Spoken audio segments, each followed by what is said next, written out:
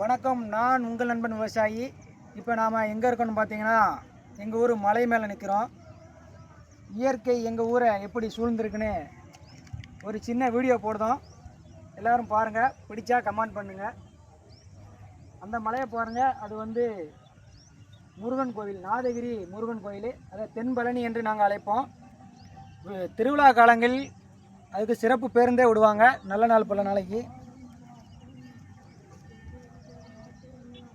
இதுதான் எங்கள் ஊரோட வியூ. சுற்றி எப்படி இருக்குன்னு பாருங்கள். இது வேறு எங்கேயுமே இல்லை, தென்காசி மாவட்டம்தான். நம்ம ஊரை சுற்றியுமே மலைகள் தான் அதிகமாக இருக்கும்.